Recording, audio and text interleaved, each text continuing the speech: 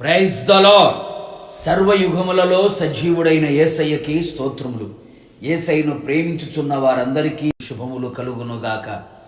ఈ దినపు యేసయ్య జీవపు మాట. దినవృత్తాంతముల 2వ గ్రంథము 34వ అధ్యాయము 27వ వాక్యం.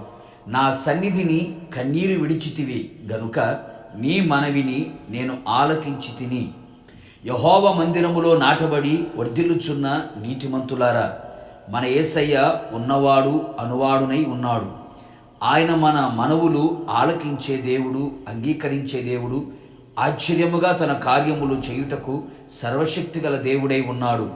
అంత మాత్రమే కాక ఆయన మన కన్నిటిని చూచే దేవుడై ఉన్నాడు. మన కన్నిటిని తుడిచి కార్యములు చేయు దేవుడై ఉన్నాడు. మన కన్నిటిని నాట్యంగా మార్చువాడై ఉన్నాడు. మనుషులకి మన కన్నీటి విలువ తెలియకపోవచ్చు. అందుకే అట్టి మనుషుల ఎదుట మన కన్నీటిని విడవకూడదు.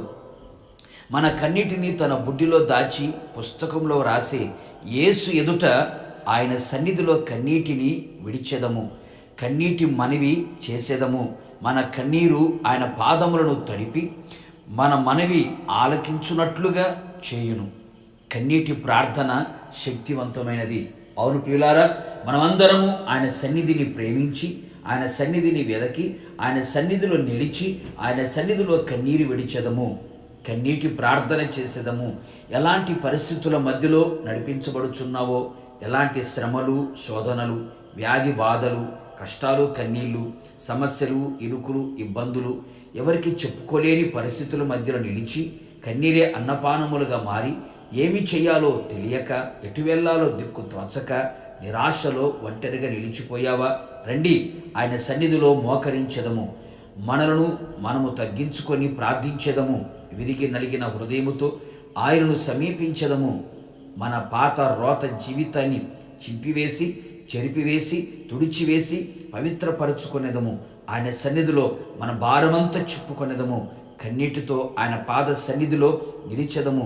నిశ్చయముగా కరుణా కటాక్షము గల యేసునాథుడు ఆయన సన్నిధిలో మనము విడిచిన కన్నీటిని చూచి, మనము చేసిన మనవిని ఆలకించి, మన కన్నీటిని తుడిచి ఆనందమును కలుగు చేసి, మన మనవిని ఆలకించి ఆశ్చర్య కార్యములు చేసి తన నామానికి మహిమ తెచ్చుకొని ఆయన సన్నిధిలో మనలను సాక్షులుగా నిలిపి ఎత్తబడే గుంపులో మనందరినీ చేర్చునుగాక. ప్రార్థన. నిత్యాశ్రయ దుర్గమైన నా ప్రియ పరలోకపు తండ్రి, మీ పరిశుద్ధమైన పాదములకి కోట్లాది స్తోత్రములు చెల్లిస్తున్నాం.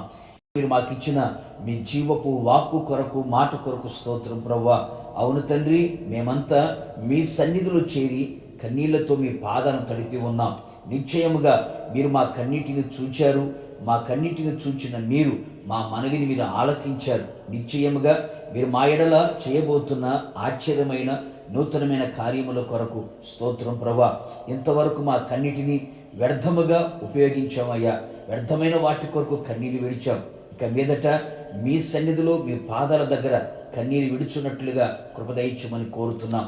మమ్మల్ని మేము తగ్గించుకొని ప్రభా, మీ సన్నిధిలో విరిగి నలిగిన మనస్సు కలిగిన వారమై పాపపు జీవితాన్ని విడిచిపెట్టి మీ రక్తముతో కడగబడి పరిశుద్ధులుగా మార్చబడి మీ సన్నిధిలో మనవి చేసి ప్రభువా, మేము అడిగినవన్నీ మీ సన్నిధిలో పొందుకోవడానికి మీరు కృపదయించమని ప్రార్థిస్తున్నాం.